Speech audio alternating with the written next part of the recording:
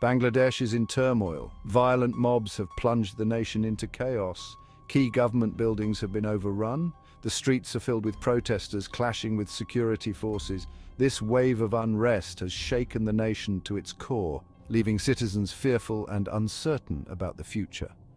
The situation is dire, with reports of widespread looting, arson and violence. The unrest began as demonstrations against the government's economic policies. However, it quickly escalated into widespread rioting and violence. The government has struggled to contain the unrest, with security forces seemingly overwhelmed by the sheer number of protesters. The situation is volatile and unpredictable, with the potential for further escalation. Many fear that the situation could deteriorate further. The international community watches with bated breath, hoping for a swift and peaceful resolution. The world cannot afford another humanitarian crisis, particularly in a region already grappling with numerous challenges. As the violence escalated, Prime Minister Sheikh Hasina disappeared from public view. Her whereabouts remain unknown, fueling speculation and uncertainty. Some reports suggest she has fled the country, seeking refuge from the turmoil engulfing her nation. Others claim she's in hiding, orchestrating a response to the crisis from a secure location.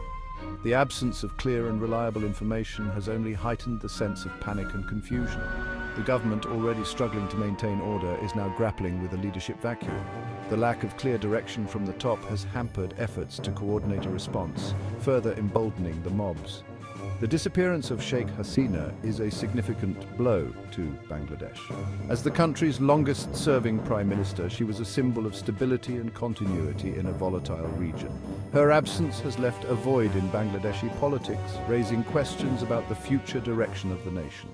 Amid the chaos, a sinister pattern has emerged: the targeting of Hindu families and temples. Mobs have attacked Hindu homes, businesses, and places of worship. These attacks have left the Hindu community terrified, fearing for their lives and safety. The government's response has been criticized as slow and inadequate. The international community has called for the government to ensure the safety of all citizens. Section 4. Reservations. Igniting the Tinderbox of discontent. The issue of reservations has emerged as a key catalyst. The government's policy of reserving jobs and educational opportunities has been contentious for years. Critics argue the policy is discriminatory and fuels resentment. Recent reforms have only inflamed tensions. Opponents argue reforms don't go far enough, while beneficiaries feel their rights are eroded. This discontent over reservations fuels the current unrest. Section 5. A government paralyzed. The crisis deepens. The Bangladeshi government appears paralyzed in the face of this crisis. Its response has been widely criticized as slow, inadequate, and lacking in leadership. The security forces seem overwhelmed and unable to contain the violence. The lack of a clear strategy and the absence of strong leadership have exacerbated the situation.